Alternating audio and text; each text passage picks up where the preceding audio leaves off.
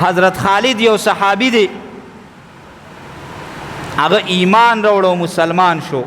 پلار راوغوښته ورته یې بچي دا دې خو نه کړل، دا زمونږ دپاره د بې شرمۍ خبره ده. د پلار نیکه دین دې پرېښوسته، د محمد صلی الله علیه وسلم دین ته لاړې. هغه ورته وی آو وی هغه د نبوت دعوه کوي، وی هغه چې هر څه وی زما په یقین او اعتماد دی او زما په ایمان دی.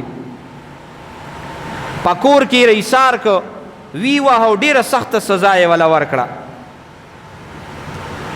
لږې ورځې تېرې شو بیا کښېنه، ورته وی بچي په نرمه یې ورته ووی وی قلار شه د دې خبرو نه، او د خپل پلار نیکه دین چې دی هغه مه پرېږده. هغه ورته بابا چې هر څه راسره وکړې د پلار نیکه دین هغه ما پرېښی دی او د نبی علیه السلام په دین کې شامل شوی. د کور یې وویسته، ورته وی ځه ما د خپل مال نه م وویستې، زما مال کې ستا سیسه نشته، زما په کور کې به م نه پاتې کېږي، چرته چې دې خوښه یې اوسېږه. د نبی علیه السلام مبارک په خدمت کې حاضر شو. ورته وی د الله پیغمبره پلار د کوره راوویستم. نبی علیه السلام ورته وفرمیل راشه او ما سره ایثار شه، زه به دله د ناستې ملاستې ځای درکم.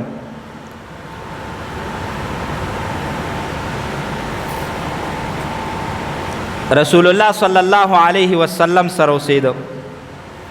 یو ورځ نبی علیه السلام نه راووته، چېرته دشتې ته لاړو او هغلته په دشته کې مونځ یې کو، په مانځه باندې ولاړو. چا په هغه دشته میدان کې صحیح که هغه کس راغی پلار ته وی زوی خو دې د پلار نیکه دین یې پرېښوستی دی او هغه پلاني ځای کې لګیا دی، هلته هغه نوی عبادت چې هغه کوم شروع کړی دی هغه کوي. وی ښه.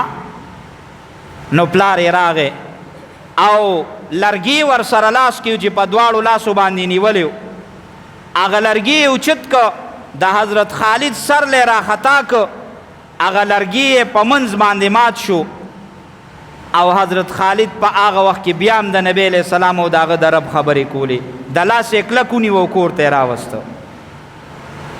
په کور کې په یو کمره کې بند که او پابندي یې ولګوله چې دله به نه څوک خوراک ورکوي، نه به دله څوک څښاک ورکوي، نه به اوبه څکي او نه به خوراک کوي.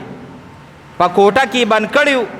3 ورځې په کوټه کې و، لږ او تند هغه تېره کړه. وجود یې کمزوري شو، سخت تکلیف ورته ورسېده.